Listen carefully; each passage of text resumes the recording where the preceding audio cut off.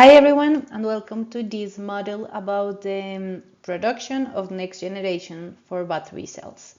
My name is Vanessa, and in this session we are going to look ahead into the future of the batteries. We are going to study how the batteries are evolving, what are the new chemistries that are coming into play, and what this means also from the production perspective. We are going beyond of just the lithium-ion batteries today. So we are going to talk about all the new technologies, like for instance, sodium-ion and solid-state batteries that currently are getting so much attention. We will study what are the advantages, the disadvantages, and the limitations of these technologies, and also how their production lines differ from the ones that we already know. So let's get into it and let's check what is coming next in the world of the battery manufacturing. This presentation is designed to give you an understanding on why the next generation of batteries are needed and what problems are they solving. Also, you will be able to know what is special about these technologies, for instance, sodium-ion and solid-state batteries. Mostly we will focus on those two trends. And as I mentioned, how the production process will need to change to build these new chemistries and to make them, to grow the process and to scale up. We will talk about what is happening in the research world, also what is happening in the industry, what are the industry players that are working in these technologies, and also the practical engineering challenges that will come with these new materials. And let's start with a quick peek into what the future of batteries looks like. Specifically, here we are showing two examples of big players and industry players that are already working in these technologies. First of all, we have, for instance, Toyota. And as you can see, Toyota is planning already to launch this year the first hybrid electric vehicle that contains solid-state batteries.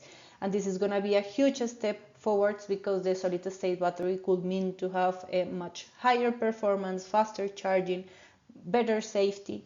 So it is already pushing the boundaries of what we know of batteries in electric vehicles. Also, they are leading with many patents, which show also how much they are investing in going into making this technology actually work. On the other side, we have CAT. CAT is the largest battery producer in the world, and they are introducing the sodium-ion batteries.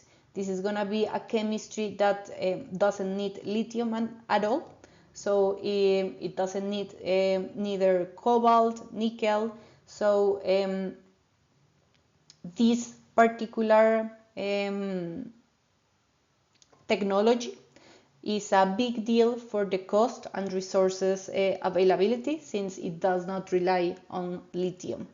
One of the drawbacks of this technology is that they have lower energy density than the traditional lithium-ion batteries. So they are around 160 watts-hour per kilogram, whereas the lithium-ion batteries can go up to 270. Even though they are excellent solutions, for instance, in stationary storage, as well as in cold temperature, because they can work down to minus 20 degrees. That is one of the limitations of the current technologies that we are using.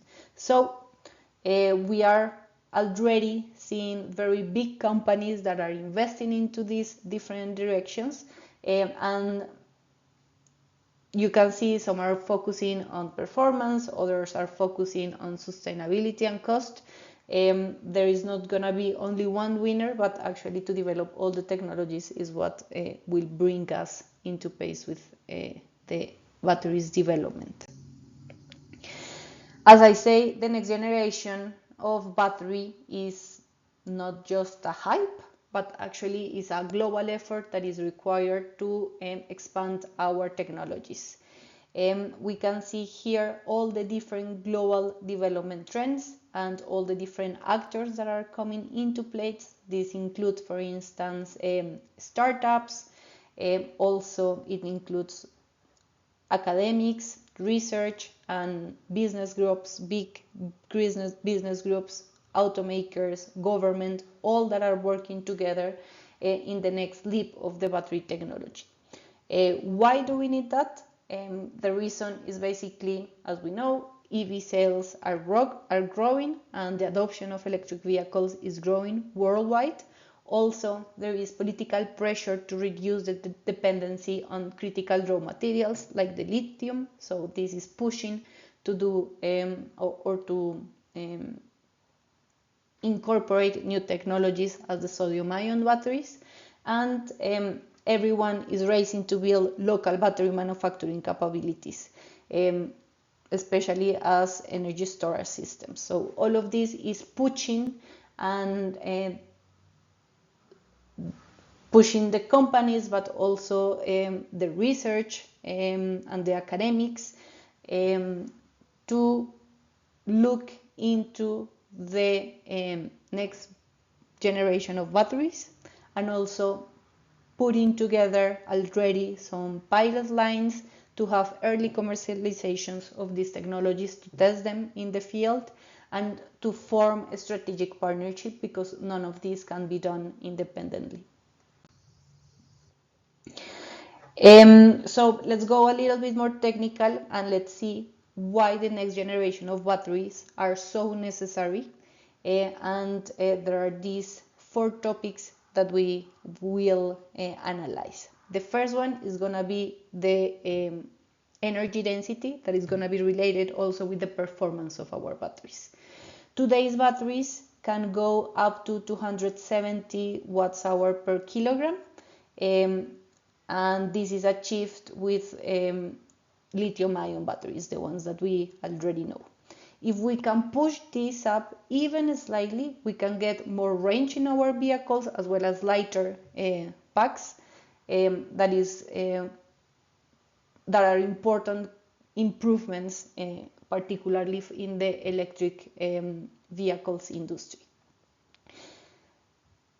That is what make us improve the technology to have less weight and volume savings, and also to enable new application scenarios that are not possible right now with the current batteries that we have. On the other side, we have safety, that is very important as well. Today's lithium-ion batteries use flammable organic electrolytes, which can trigger thermal runaway events very easily. For instance, solid-state batteries, that are one of the technologies, use non-flammable materials, and this means that we have way much lower risk of fire. In the same way, sodium-ion batteries are also way much safe. So security and safety is one of the things that the industry is trying to push forward. The third one is going to be the battery's lifetime. Currently, lithium-ion batteries last up to 10 years, or around, in the best scenarios, and around 4,000 charging cycles. But for second life uses, there is a high demand of application, and we need new chemistries that go even further with this. And to extend the battery lifetime also means to have reductions in the cost of the battery, because we are going to be using it a longer time.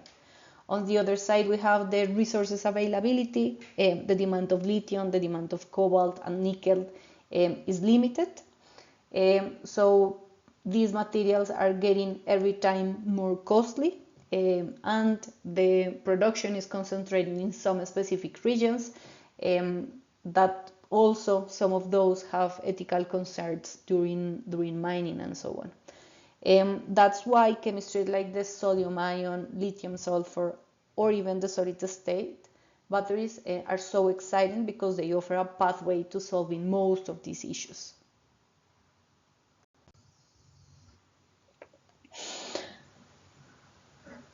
Let's look then here and let's analyze what's coming next in terms of the battery chemistries. and summarize the different approaches that we have. Here, on top of it, there is the high energy lithium ion batteries. These are the ones that we already know. However, still we are having some evolutionary improvements in this technology. So these are small changes that we can do to make it more efficient, the battery cells itself. For instance, we have currently some high energy lithium ion batteries that use nickel-rich cathodes or silicon anodes that improve the energy density, and it is expected that it can get up to 400 watts per kilogram. What is interesting of this is that all of these small changes will require also small changes in the production lines, which means that it can be commercialized faster, and that requires small investments also for the development of the technology. However, they are going to be limited, and we are not going to have a significant improvement, for instance, in the performance or in the safety of the battery itself. But there are some other more technologies that are being developed that are more disruptive in the innovations. On the one side, we have, for instance, the lithium sulfur batteries. These batteries are promising to have super high energy density, but still they are in development and they are having some unstable lifetime. So as you can see here, it can get up to almost 550 watts hour per kilogram. Other disruptive innovations are, for instance, the lithium ion batteries. They can achieve very high energy, but this is theoretically. Even if we know theoretically that this can be achieved, the reality is that it is far away from real applications. Then there is the sodium ion batteries. As you can see, they have very low energy in comparison to the rest of the technologies. However, these technologies or the sodium ion batteries are way much safer, they are also cheaper, and they are more sustainable. So the interest in developing it is because of these three characteristics. And alongside with this, we have the all solid state batteries, which completely eliminates the liquid electrolyte. That is also very improvement because we can have high energy density, and it's going to be way much safer. This is going to be particularly important in the development of electric vehicles. In the next slides, we will focus mostly on the sodium ion batteries and the all-state batteries that are the ones that are closer to commercialization, and that actually also have the higher hype by the automakers or the energy storage systems producers. And let's start by checking the technology profile of the sodium ion battery. As was mentioned, these are it's a very exciting technology because it doesn't need at all the lithium, the cobalt, or the nickel, which makes them very affordable and also very sustainable. The energy density can go up to 160 watts hour per kilogram. That is approximately 70 or 80% in comparison to the lithium ion batteries that we currently have in the market. They can go up to 1,000 cycles. That is going to be reasonable for less demanding use cases. One of the advantages, or the biggest advantages, is that it has an excellent cold performance. So it still can hold 90% of its capacity when it is working at temperatures below -20 degrees. And also it is expected to be very cheap, so it is expected to cost around $30 per kilowatt hour, and that's going to be a game changer.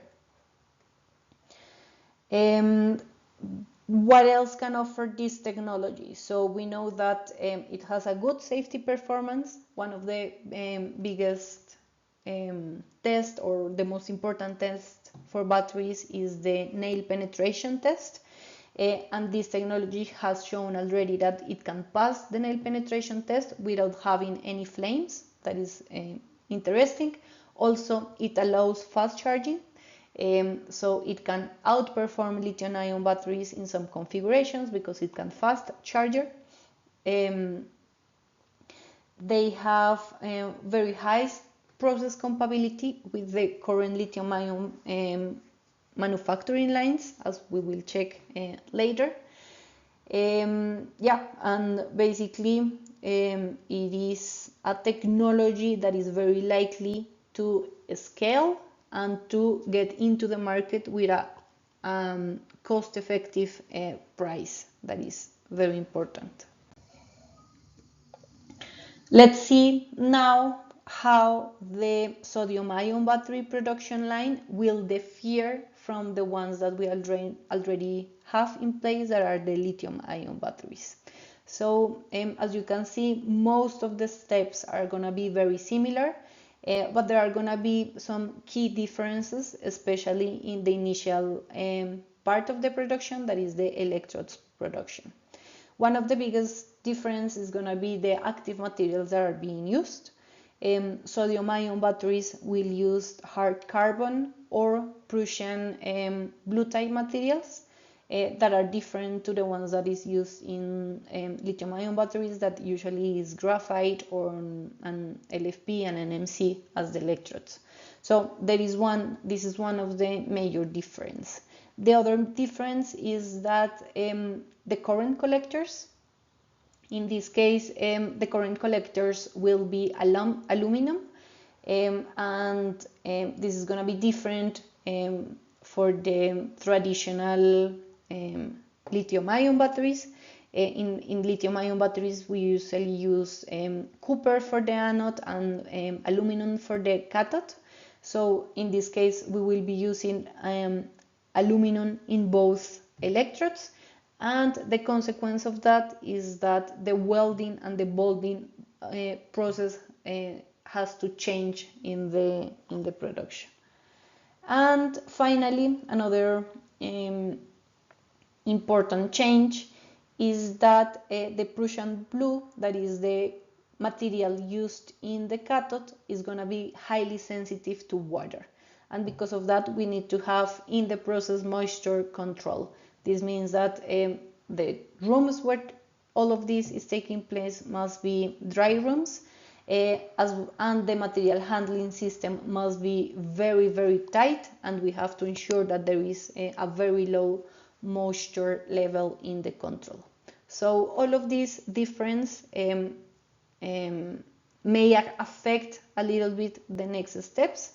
However, the mixing, the coating, the drying, the assembly, the formation, aging, and testing can follow similar lines as the ones that we already have.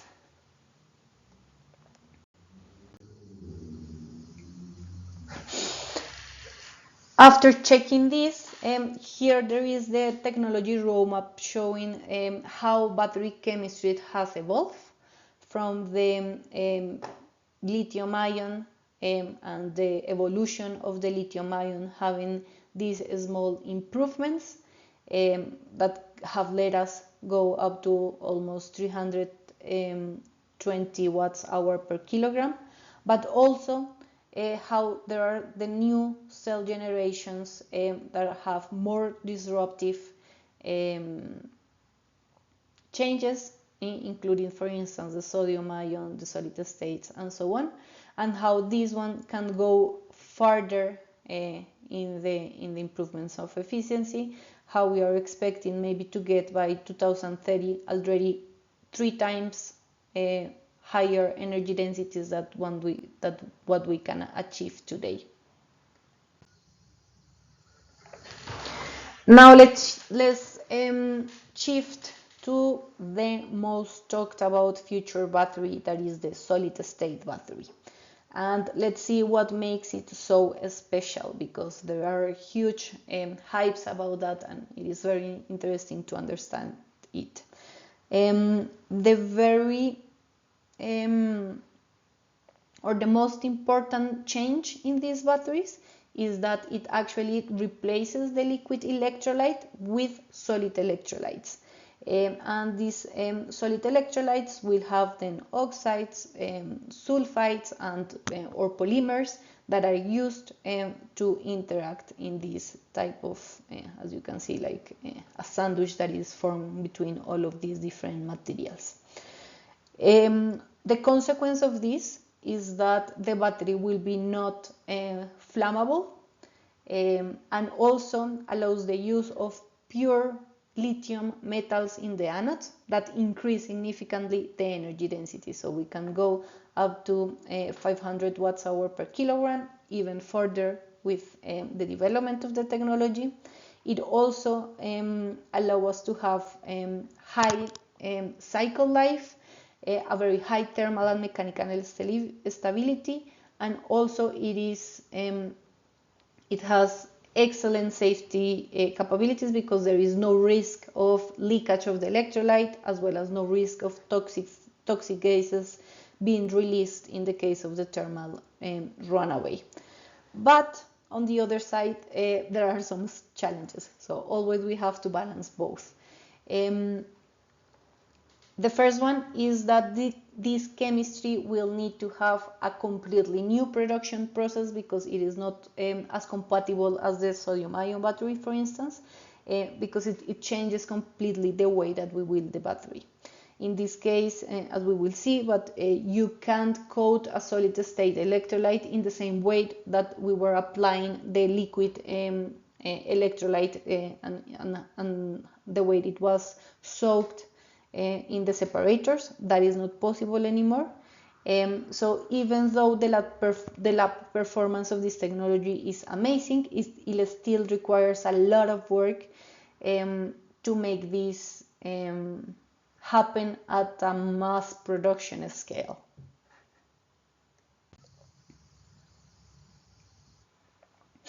So let's look at how the architecture of the solid-state batteries will differ from the conventional lithium-ion cells. Here we have a comparison of both. So in a conventional lithium-ion battery, there is going to be a liquid electrolyte that is going to be soaked into the porous separators that is between the anode and the cathode. In this way, when we are charging the batteries, the lithium ions travel through this liquid electrolyte from the anode to the cathode, while the electrons flow is inhibited, and this causes the electrodes to travel through the external circuits. How this changes? So in the solid-state battery, there is going to be the solid electrolyte that's going to be replace both the liquid electrolyte, and also it will replace the separator that was the element physically separating the anode and cathode. So in this case, the solid electrolyte conducts the lithium ion, but also physically separates the electrodes. The result is that at the end we have a simpler and safer and more compact design of our battery, as you can see it here. And another very nice thing is that you can build a bipolar stack. So instead of needing taps and current collectors for each cell, you can stack them and stack all these layers directly. So this can reduce significantly the pack complexity, increase even further the energy density, and depending on the design of the battery, there are going to be different ways to stack all of these battery cells. In summary, to summarize this, the solid state is not just change or an improvements in the chemistry, but it's going to be a complete new redesign of the battery structure. And because of that, there are the big implications for manufacturing process.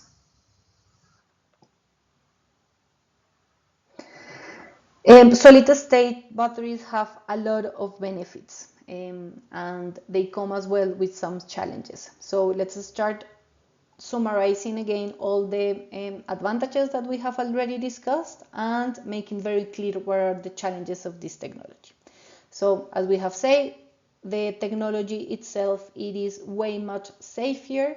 No liquid means no leaks, no fires, and not gases being released. Also, there is the dendrite growth that is reduced, which means that you can use lithium metal anodes and charge even further. On the other side, also regarding the temperature range, it allows to have a wider temperature range. Theoretically, it can go from minus 30 degrees to 100 degrees. That is way much wider than the temperature of the lithium-ion batteries that we know. On the other side, we have the challenges, and the challenges, one is the ionic conductivity. This is gonna be lower than the liquid electrolyte, especially when we are working at room temperatures, and because of that, the resistance and the interface between the electrolyte and the electrode must to be optimized. This is a challenge that is very technical in the design process of the cells. Also, the materials themselves are sometimes toxic and they can be even unstable when we are working in the air or with high humidity. So the process itself has to be adapted to work with these special materials that are required.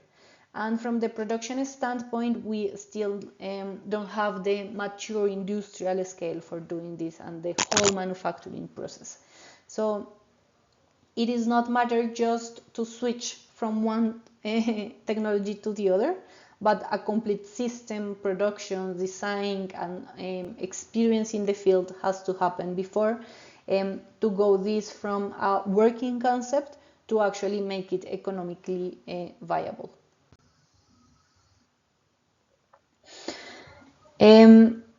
On top of that, there are a large number of solid state electrolytes that are being studied and also that are well known currently. So not all solid state batteries are gonna be the same. This is a summary that shows the main categories for it. First, we have the oxide-based electrolytes, that are these ones over here, that are inorganic compounds. As some of the advantages of these ones is that they are very stable chemically, they are compatible with high voltage cathodes, and the drawback is that they have lower ionic conductivity. On the other side, we have also an inorganic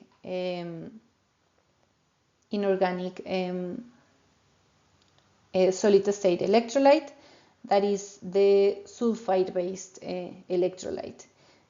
Some of the characteristics of this one is that it has a very high conductivity. On the other side, it is unstable in air, and also it can release some toxic gases to the atmosphere.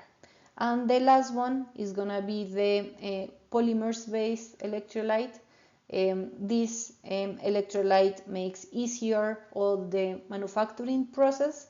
It have the lower interfacial resistance, and also the drawback of this is that it's partially flammable, as well as it has the lower conductivity. So there are also hybrid and composite systems that include many of these and that mix them together.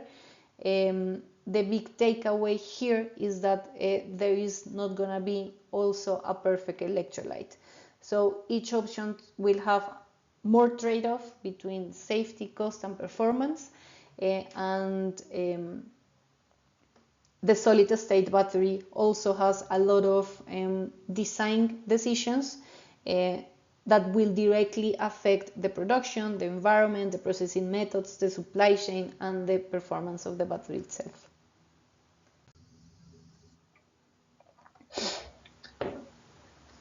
Okay, so now this chart that we are seeing here shows how different solid-state electrolyte types can stack up again with different goals, and how we can visualize also the benefits and the drawbacks of all of this. So we can see, for instance, the three types of solid-state electrolytes, and here we have a comparison that is collecting what we described already.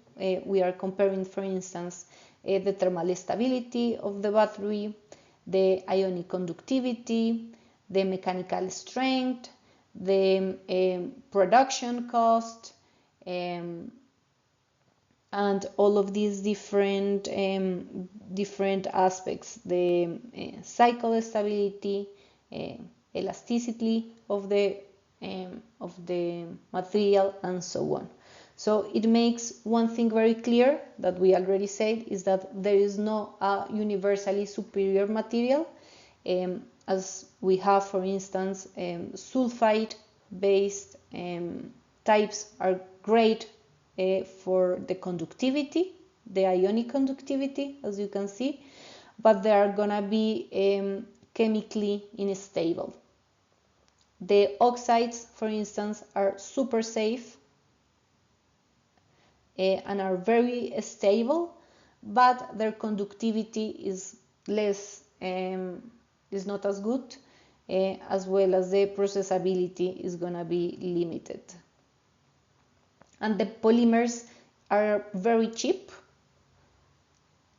We can see are the ones that have the better price, as you can see it here.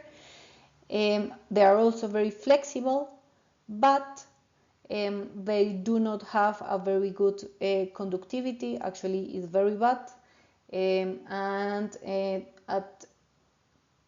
they have limitations in the temperature range that also makes them not advisable for all applications, or not usable in all of the applications. This is a huge reason why solid-state batteries are still in development. Everyone is trying to optimize across multiple variables, and there is not been so far perfect formula yet. So we are still designing and solving all of these technical design issues before actually commercializing and having a solid battery. Okay, before we have talked about the ionic conductivity, but let's see right now exactly what it means, the ionic conductivity, because we have seen, for instance, with the different solid-state electrolytes, that there are some that have a better ionic conductivity than others, but maybe you don't know yet exactly what it is being referred to. So this is one of the biggest technical challenges that the battery have, and basically in a battery you want the ions to move as quickly and smoothly as possible. Just like you want the ions to be transported like cars in a highway, you need them to be fast. In liquid, this is quite easy because the ionic conductivity itself is very high. But in the solid-state materials, it is way much lower, especially when we are working at room temperature. That is why the solid-state batteries require to elevate temperature to perform well in some cases. If we compare the three solid-state electrolyte materials, and we organize them, so basically if we order from who has the best conductivity to the worst, first we have the sulfides, then the oxides, and then the polymers. But it is not just about the electrolyte bulk conductivity. There is also need to be include a good interface contacts between the electrolyte and the electrodes. Otherwise, the resistance between these interface contacting will build up, will be too much, and the performance will drop. So the new materials with better conductivity at room temperature are needed. Also, better bonding methods between the layers to ensure that the resistance that is built in the middle is as low as possible, and also to scale up the process to apply these materials without damaging them and to make them work at production scale.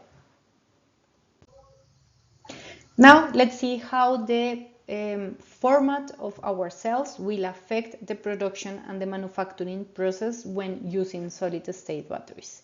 We have three types of formats that we have explained also in the previous modules: the round or cylindrical, the pouch cell, and the prismatic cells. Each of these formats will have some cons and some pros, and their compatibility with the solid-state materials will vary a lot, as we will explain. Let's start then with the round cells. The round cells are going to be very hard to work with the solid-state technology, and the main reason is because the winding process can crack the solid electrolyte layers. Also, the adhesion of the layers and the stress that these layers will have during the coiling are going to be serious concerns about the integrity and the performance of the battery itself. Because of that, the round houses is very non-attractive for the production of solid-state batteries. Then we have the prismatic cells, and I will jump to this one. The prismatic cells are going to be better than the round cells, especially when we are having these stack designs. These type of cells allow us for flatter cells assemblies, which is more complicated in the round cells, but in this case it is way much compatible with the solid-state structure. However, with this type of cells, it's gonna be more difficult to apply force to the cells stack in order to create this pressure and be sure that there is a good bonding between the layers. On the other side, the other format that kind of solves this problem is the pouch cell. This is the more promising type of cell or format for the integration of solid-state batteries. The main reason is because they are very flexible and they allow to have this better pressure application to the stack, ensuring that the bonding interface resistance is very low. Also, it will have less internal movements and it's gonna be very easy to layer all the solid-state materials. That's the reason why most of the solid-state research and development is being done using either pouch cells or prismatic formats. At the end, no matter which formats we choose, it will impact the whole production process, especially the steps that are related with the stacking, with sealing and pressurizing the cells are gonna get impact in all of these different formats, and anyway it is gonna be impact in the process and in the visualization process itself. And finally, before we wrap up, here we can see the main takeaways from this model. First of all, we have that sodium-ion and solid-state batteries are both very promising next generation technologies, but they are still and they will be serving different purposes. On the one side, the sodium-ion batteries is low cost, they are scalable technologies, and there is going to be a great solution for stationary applications. On the other hand, solid-state batteries will offer higher energy density that makes them very appealing for electric vehicles. They also perform very well regarding the safety concerns, but there is a big production challenge in order to commercialize this technology. The solid state electrolyte also, it is gonna be a game changer, but it requires completely new production methods. There are some methods that we can review in other courses that are, for instance, the aerosol deposition, co-extrusion, dry room manufacturing, tightly controlled atmospheres. All of these needs to be incorporated and are completely new processes that the industry didn't have before. And last one, each electrolyte type, sulfide, oxide, polymer, comes with trade-off. So no single one wins in all categories, and there is not a magic formula yet about the electrolytes that are going to be used in this type of cells. We also talked a little bit about the production environments for solid-state batteries that will need to evolve. We are not just changing the chemistry, we are changing all our factories, and they need to be built right now. So as engineers, we need to think not only about the electrochemistry and the testing in laboratory, but also how to manufacture it reliably, safely, and affordably. That brings us to the end of Module 5 of production of next generation of battery cells. So far we explore why do we need new battery technologies, what sodium-ion and solid-state batteries brings to the table, and how the production processes must evolve to support these innovations. As you have seen, the next wave of batteries innovation is not just about happening, or is not just happening inside of the cells, but it is also about the factories, the production, and the applications that are built with it. I want to thank you all for joining these sessions, and feel free to ask any questions or share your thoughts. We'll be happy to dive deeper into these topics in the next sessions. Thank you.